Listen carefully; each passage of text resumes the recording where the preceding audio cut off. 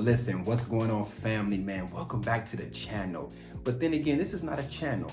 I don't even want to refer to this as a channel anymore. But what this place is, it's a home for the humble and the hungry. What do I mean by that? That this is a place where men who are humble enough to acknowledge that, listen, there's always room for growth. There's never enough growing for me to do. That I should be growing until I go, right? But also I'm hungry enough to understand that growth that I want to see, that the growth that I know that I can experience, I have to go and pursue it. I have to run it down.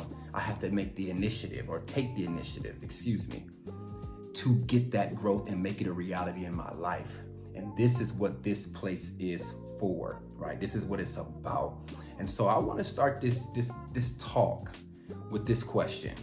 And this question is this, it's for your reflection. I really want you to think about it. Have you ever wondered, here it is, how much damage a small thing, small disagreement, a small issue, small conflict can cause in your relationship if you leave that thing unaddressed? Really think about that. How much damage is that small thing causing? How much has it caused? How much is it causing? How much will it cause if you do not address that thing? Really think about that. And this is what I want to talk to you guys about today. It's around this topic of addressing conflict and addressing that conflict as quick as possible.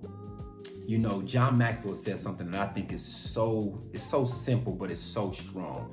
He says that conflict delayed is conflict multiplied. Conflict delayed is conflict multiplied, which means that if you continue to engage in avoiding conflict, then what happens is inevitably that issue grows bigger. You have a bigger problem on your hand. And a lot of times, especially us as men, we tend to avoid conflict, to avoid issues, because we think that it's going to result in peace. Now, I'm not going to lie to you. Will you experience some peace? Yes, momentarily.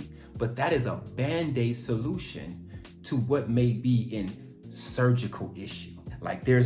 You can't fix a stab wound with a band-aid. That thing needs some precision. It needs special attention.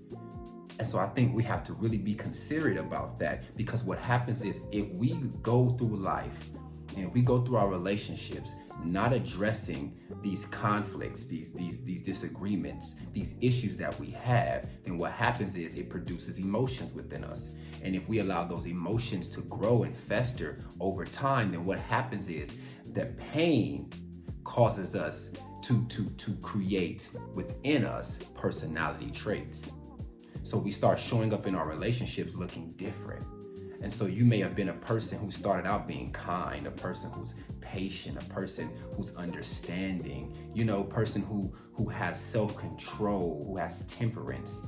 But now, after you allowed that issue to just grow and fester, now you've turned into a person who's irritable, a person who's aggressive, a person who's angry, a person who has low patience, who's cynical, a person who is withdrawn and disconnected, a person who is less affectionate or even passive aggressive. And because what happens essentially is you've now allowed that pain to turn you in to a person. And that is the danger of not addressing conflict and addressing it quickly. Listen, I'm going to show you how important this is to God. The Bible talks about, in Matthew 5, it talks about the importance and our responsibility to actually settle matters quickly. He even goes, right? The Bible even goes as far as to show us how important it is to God, where God says, if you are intending on giving me something, you may be trying to give me a gift, a worship, sacrifice. God says that the moment you realize that there is conflict between you and another individual, he says, whatever you intend on doing for me or giving me, you need to put that on hold. Don't even continue. Put it on pause and go settle the matter with your brother or your sister. Settle that first and then come to me and do whatever it is that you intended on doing. So we see that God didn't say, oh, ignore that. He said, go address that. Why? Because God understands that if you don't address conflict, then what happens is it makes it harder for you eventually to experience the kind of life that God desires you to experience.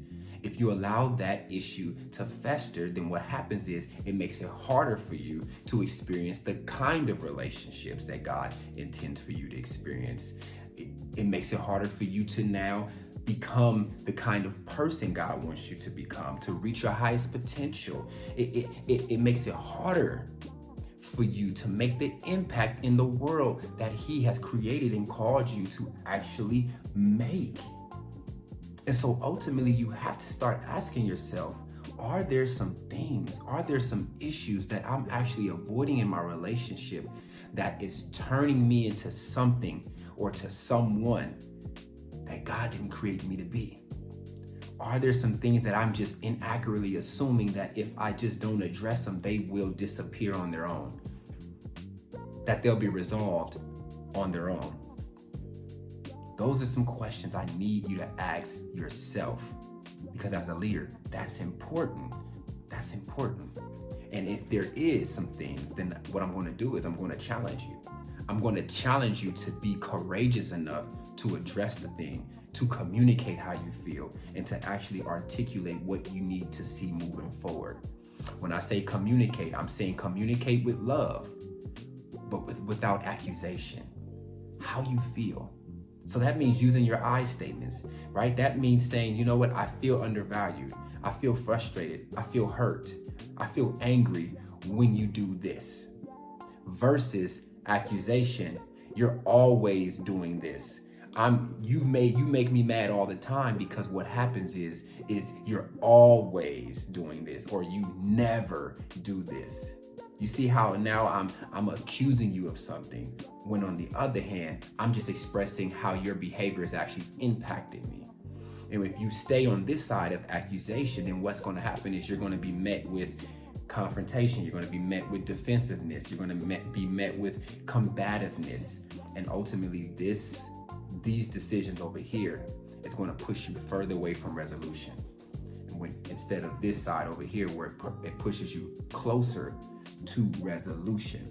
And now I know somebody may be watching this video right now and they may be saying, okay, Jason, that sounds easy, but you don't know my story. You don't know my life. You don't know how difficult it is. Like, if I attempt to address anything with this person, it's going to be hell to pay. So I'd rather not say anything. Now, listen, I understand that may be true, but I'm going to say something that my mentor told me, but I'm going to shape it and frame it for this context. If you think the price for addressing conflict is too high for you to pay now, wait until you get the bill for regret. Wait until you get the bill for regret. Regret how? Regretting how much time you've wasted in a state that you didn't have to be if you would have just handled that situation, nipped it in the bud, attempted to do it.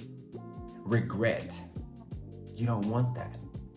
That might be a price too high for you to pay. And so as a leader, you have to understand you are a problem solver. It doesn't mean that you have all the answers, but it means you need to be leaning towards always moving toward resolution. Doing that collaboratively, right? Being the example. You're leading by example. You're saying there's an issue here. Let's bring it together. This is how I feel about it. Now I'm getting an understanding of how you feel about it. Now let's come together and meet in the middle to where we are meeting resolution, but we are also satisfying each other independently. That's what this is all about. And I hope that this helps you. Until next time, peace.